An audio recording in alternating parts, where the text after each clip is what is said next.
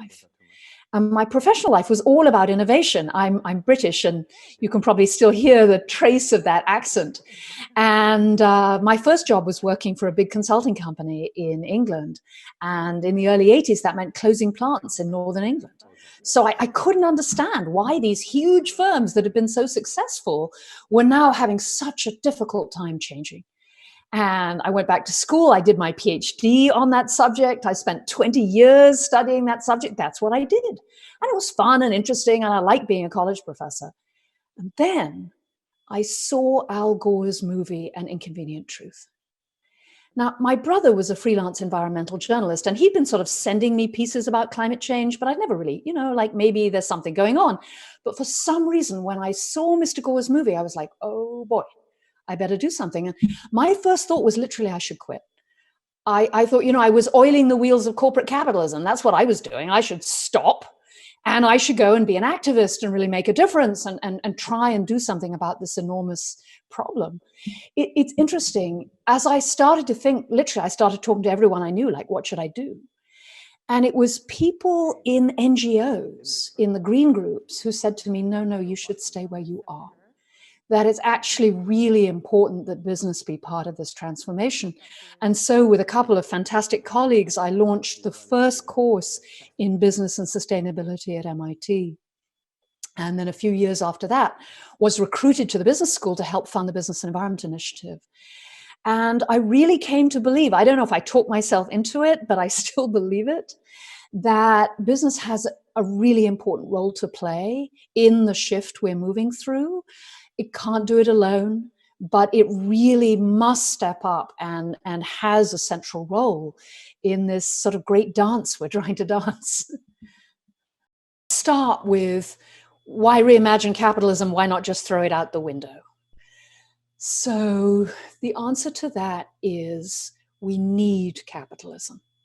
We need the competitiveness, the drive, the innovation, the efficiency. I really believe that genuinely free and fair markets are one of the great inventions of the human race. That they've, quintupled GDP in world GDP in 50 years. They have, death rates. Kids used to die all the time. In 1820, nearly 45% of kids died before their fifth birthday. Now it's less than 4%. I mean, this explosion in prosperity and wealth that we've seen, it has several causes, but one of them is the dynamism of capitalism. So capitalism at its best, we won't solve climate change, we won't create the billions of new jobs we need if we're really going to address, the wave of AI and robotics that's coming without capitalism. So we have to keep it. The second, but change it. Of course we have to change it. We really have to change it. Your second point, which is, why do anything? The cynicism is so corrosive. Some of it, I think, is simply despair. And some of it's realistic, right? There are 7 billion people on the planet. What can any individual do? Well, nothing and everything. And I talk about we need an avalanche of change, and each of us can be a pebble, and the fact that when you start to act, you catalyze action in others and you feel so much better. But I know about despair. I mean, I don't know about you, but I wake up at 4:30 in the morning sometimes thinking the Great Barrier Reef is having another major bleaching event, like COVID is killing disproportionately people of color and people at the bottom of the income distribution, and no one seems to care. And, so I feel the despair and anger.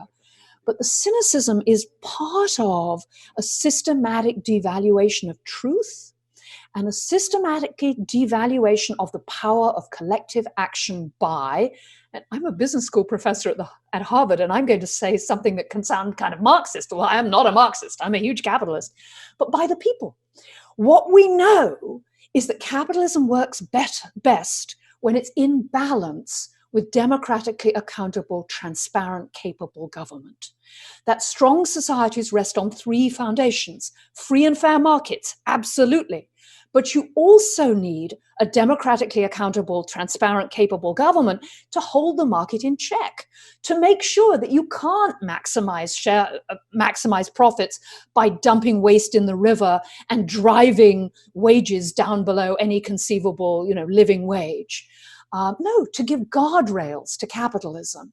And the third piece of that partnership is strong civil society, a media that gives you the facts, that's widely shared, where people know what's going on, where people participate by some form of employee representation. When we came out of World War II, the idea that capitalism should be for everyone was completely widely accepted. Indeed, General Motors had a chart in its annual report showing the value it gave to various stakeholders as late as 1966. I mean, it wasn't a wild and crazy idea. And it's not a wild and crazy idea right now in places like Japan or Germany or Denmark, where absolutely they have a free market and, you have investors, but there's a very widely shared understanding that the point of business is not to maximize profits. Making money is a means to an end. We all need to breathe to live, but the point of living is not breathing. The point of business is to build a prosperous, free, just, sustainable society. That's not a crazy idea. This like maximize shareholder value at any cost is a historical aberration. And I think now we're seeing the costs of it. Why democracy? And people say to me, if this is what democracy is giving us, I don't want it. And in fact, when you look at commitment to democracy among different age ranges, amongst people under 35, only about 25% say it's essential that we live in a democracy. I think something very important is going on here, and that is in many places we're not living in a real democracy. 70% of Americans say that the political system is rigged against them. And the political science research suggests that they may well be right, that the policies we're seeing actually put into law reflect the preferences of those with money and power, not the average preferences of the population. So if you look at the kinds of policy measures that most Americans support, sometimes by big margins, one of my favorites is get money out of politics. That's heavily supported by both Democrats and Republicans. And do we see any progress on this front? We do not. We see in many cases a democracy that appears to have been bought and paid for. So that's not what I mean when I talk about democracy. When I talk about democracy at its best, I'm talking about a system where the parties have to speak to the interests of ordinary people. One of the things that I think we should do in the US, for example, is, this is controversial, make voting compulsory. Everyone has to vote. Why might that be a good idea? Because at the moment, politics is getting so extreme that there's a big group of people in the middle who never vote and think they have nothing to say. They have tons to say. They have a lot to add. If everyone had to go after their votes, politics would be very different, right? You have to really talk to the middle. You have to talk to everyone in the country. You get rid of the money in politics. And why is democracy so important? Why is a real democracy so important? Because concentrated power is dangerous. If you go back through human history, I have a very dark view of human history, but I see it as essentially a story of the rich and the powerful trying to keep everything for themselves.